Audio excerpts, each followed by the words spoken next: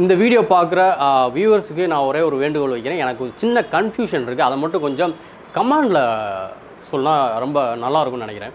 என்னென்னு பார்த்தீங்கன்னா, இப்போ இந்தியன் டூ ஓகே, பட் ஏன் மற்ற லாங்குவேஜில் வந்து இப்போ ஹிந்தியில் பார்த்தீங்கன்னா ஹிந்துஸ்தானி டூ, தெலுங்கில் பார்த்தீங்கன்னா பாரதியடு டூ, தமிழில் மட்டும் இந்தியன் டூ. அப்போ நான் என்ன கேட்குறேன், இந்தியா ஃபுல்லாக இந்தியாவுக்குள்ளே இருக்கிற எல்லாமே இந்தியன் தானே அப்போ இந்தியனுங்கிறது எல்லோரும் பேசக்கூடிய ஒரே ஒரு வார்த்தை. அதாவது நிறைய பாட்டில் கூட சொல்லுவாங்க, எல்லோரும் பேசக்கூடிய, அதாவது மொழிகள் வேறையாக இருந்தாலும் எல்லார் நாவிலும் வர ஒற்றை வார்த்தை இந்தியா அப்படிங்கிற மாதிரி ஏதோ ஒரு சாங் நான் கேட்டிருக்கேன். ஏதோ ஒரு சேனல் அடிக்கடி போடுவாங்க.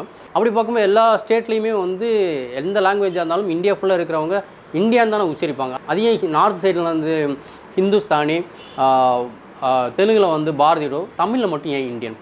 தமிழில் இந்தியன் அப்படிங்கிறத எப்படி சொல்லுவாங்க? இல்லை தமிழ்லேயே இந்தியன் தானா அப்படிங்கிறது எனக்கு கொஞ்சம் டவுட் இருக்குது. ஏன்னா போஸ்ட் வந்து இந்தியன் போட்டிருக்காங்க, ஆனால் இங்கிலீஷில் இந்தியன் போட்டிருக்காங்க.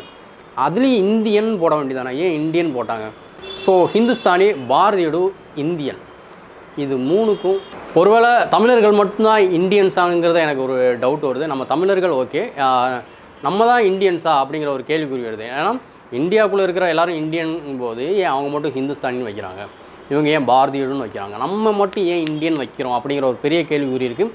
தயவு செஞ்சு யாராவது தெரிஞ்சால் கமெண்ட் பாக்ஸில் சொல்லுங்கள். ஏன்னா எனக்கு சத்தியமாக தெரில, ஒருவேளை எனக்கு அந்த புரிதல் இல்லை போல இருக்குது. அப்படி புரிஞ்சவங்க யாராவது இருந்தால் கமெண்ட் பாக்ஸில் எனக்கு கமெண்ட் பண்ணுங்கள். அடுத்த ரிவ்யூவில் மீட் பண்ணலாம். பாய்.